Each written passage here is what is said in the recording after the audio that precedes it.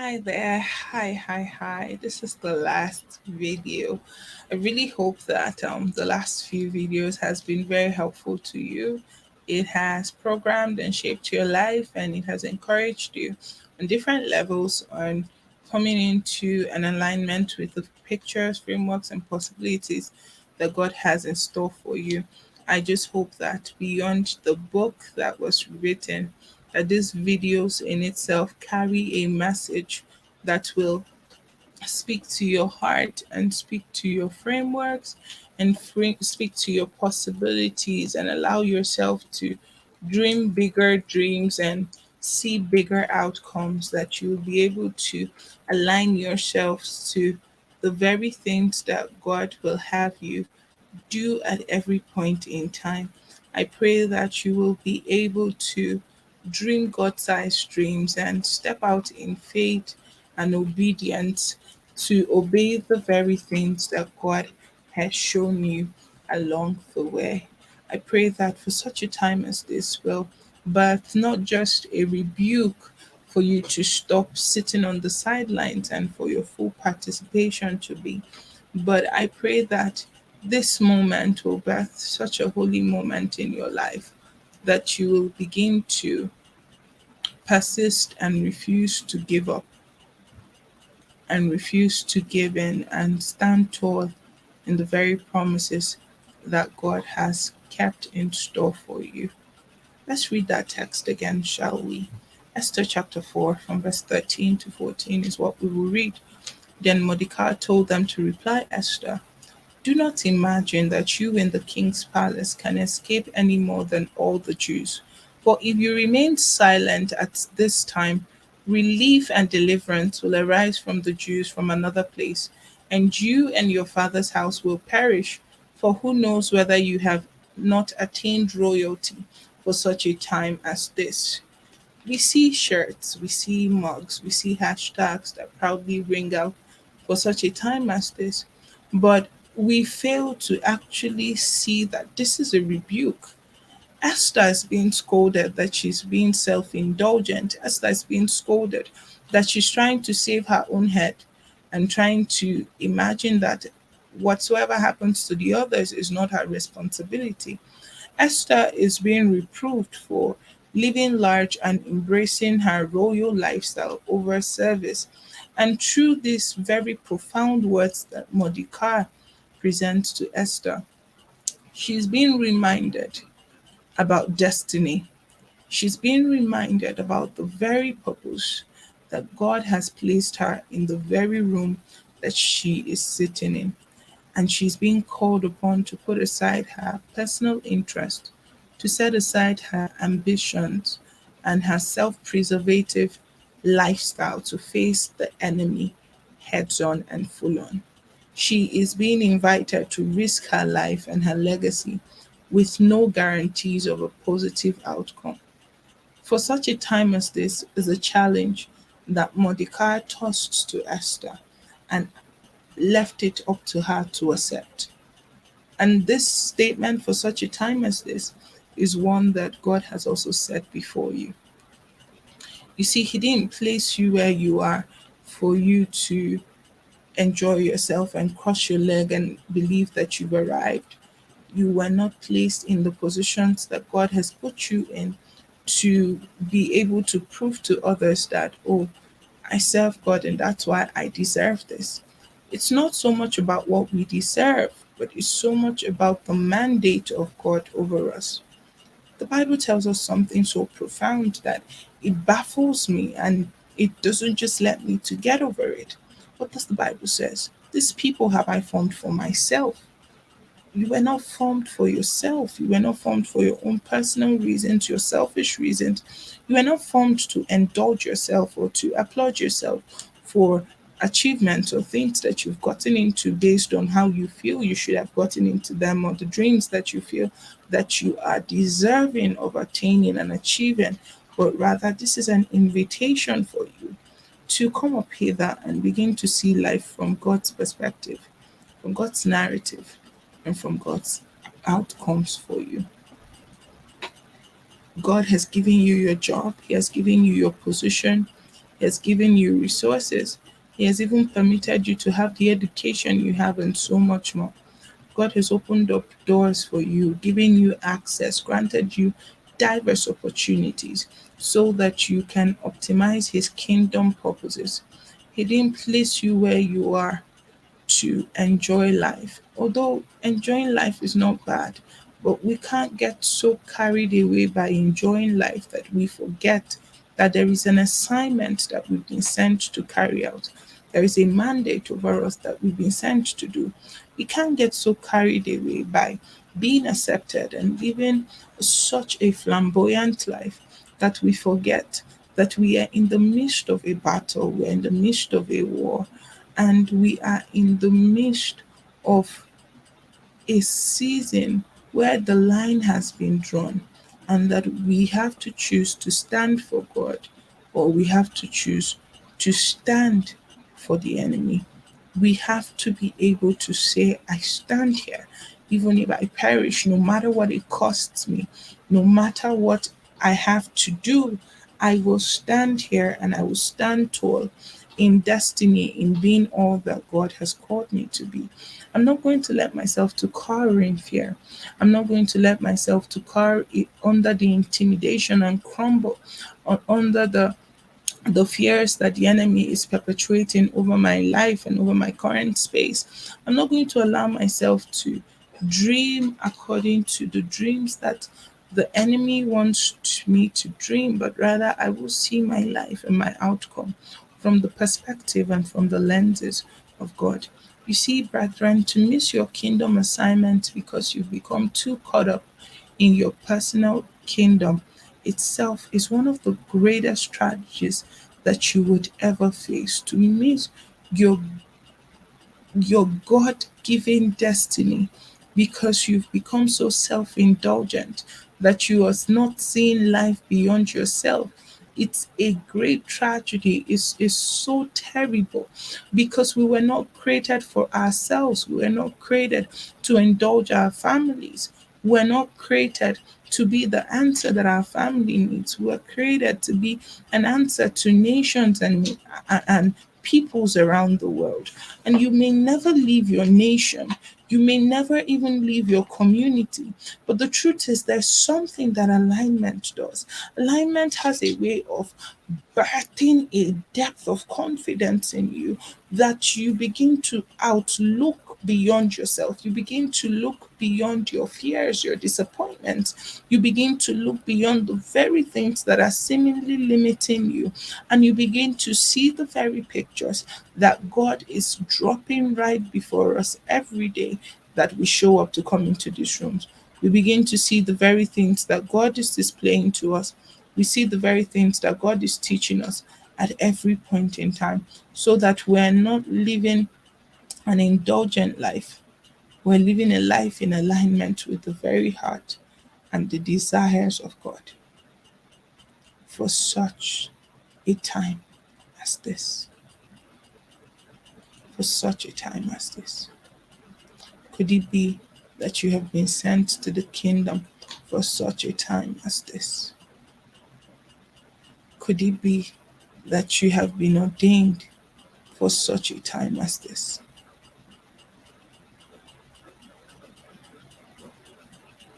Could it be that you have stepped into purpose for such a time as this? Many times, what we call coincidence could actually be God's pathways to move us from providence into purpose. Many times, what we design and we call as coincidences are actually God incidences to cause us to be propelled to become all that He has called us to be. Not to be afraid, but to walk fearlessly in the very pathways that He has set for us. And sometimes we can get scared. We can begin to tell ourselves a lie and believe so much that it is the truth. We can begin to believe that lie, believe it so strongly that we think that we that that's all that there is to us, but that isn't. That isn't.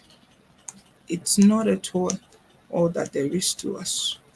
There's so much more that there is to us. We must realize that we have to see the invisible hand of God in our daily lives and see the tangible realities that God has in store for us. We must begin to dream God sized dreams and begin to run in deep understanding of the places and the spaces that God has in store for us. We must begin to outlive our fears of what could be and see what God has done for us.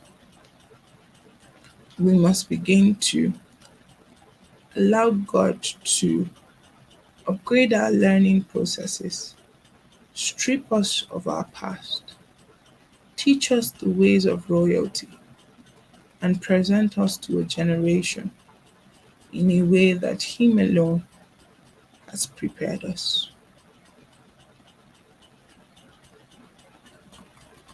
You see, we've been called for such a time as this, and our participation is greatly required.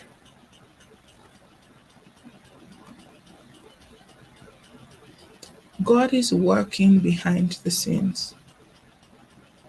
God is working. He's arranging things for us. He's putting things in perspective. We must yield to the preparation of God, and we must be patient through the processes that God will take us through. We must allow God to take us from the place of our fears and trust in His timings and trust that God will never put us in the wrong place at the right times. He will put us in the right place at the right times. But this is an invitation for us to become serious about the very purposes of God and the very things that God has said to us. It is an invitation for us to take the step of faith and come out of our comfort zone, that we should not be reckless and impatient. We should not become unbearing, but we should allow for the wisdom of God. The wisdom of God. Remember that God's plans is bigger and far reaching than we expect. Never underestimate what God wants to accomplish in and through your life. And right now, I want to share with you certain things that I believe that will determine your place for such a time as this. Number one, find out your big why. You see, those dreams, those visions, those things that God has shown you, they are all valid. And God is counting on your participation for the fulfillment of those dreams, of the fulfillment of those prophecies. God is counting on you to come out of your comfort zone, to be all that He has called you to be, not to allow the fear of your past to hinder you, not to allow the fears of what could have been or what could be to hinder you, but to allow Him to propel you into being who He has ordained and predestined for you to be. That you do not allow the hindrances of yesterday to stop you from stepping into the place that has been preordained for you by God. Number two, respond to God.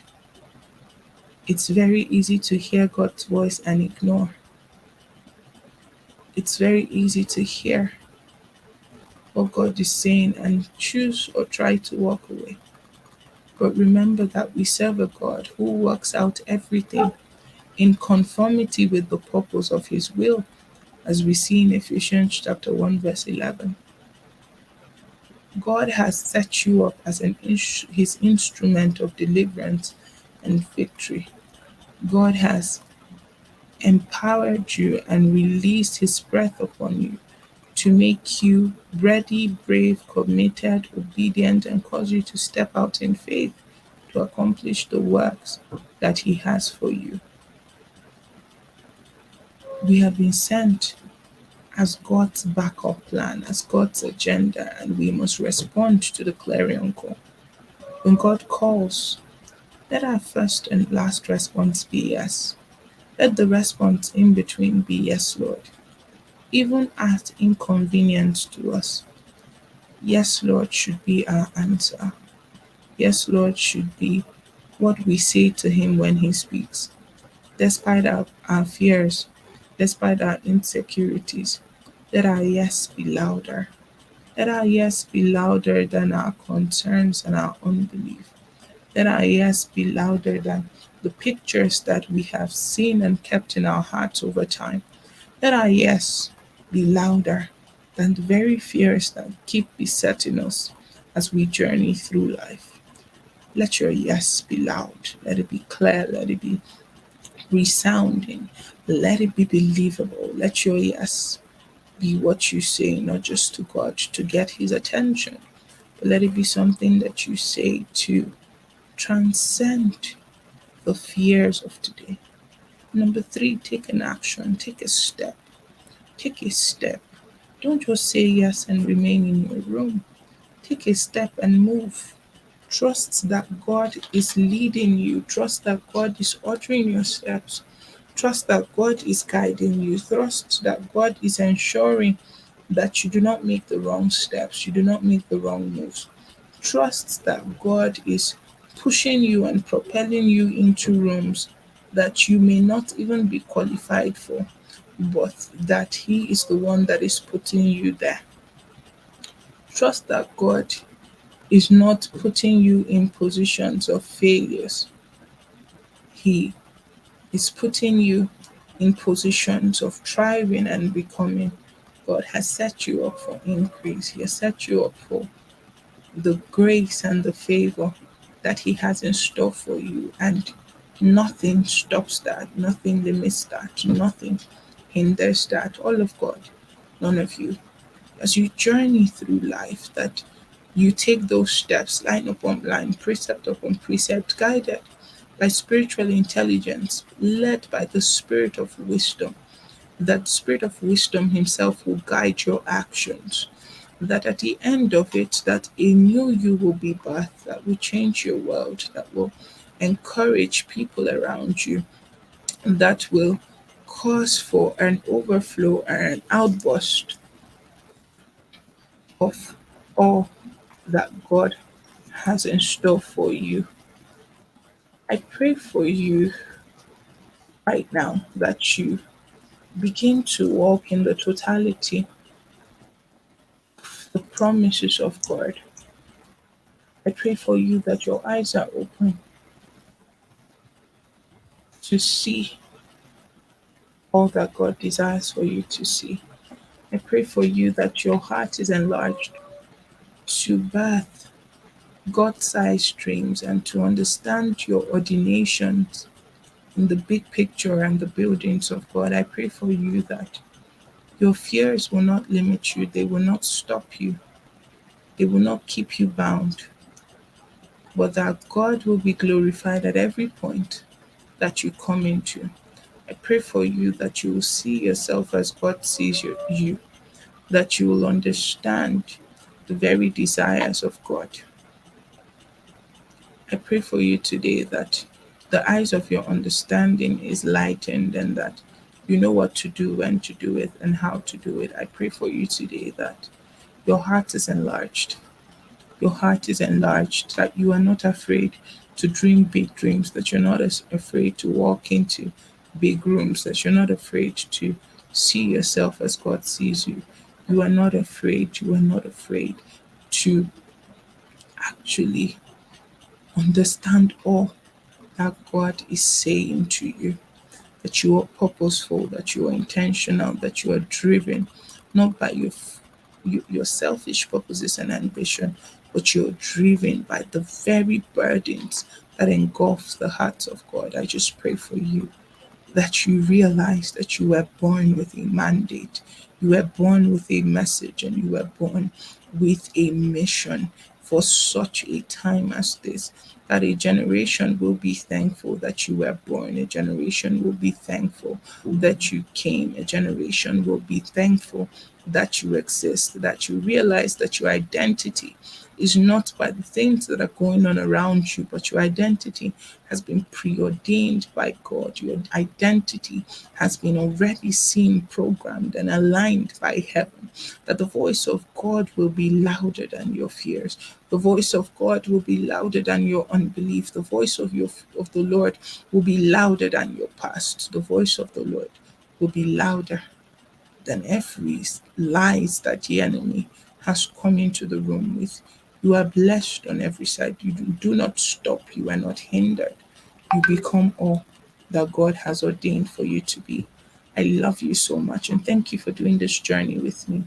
God bless you. Until next time, my name is Rejoice Azuka. Bye for now.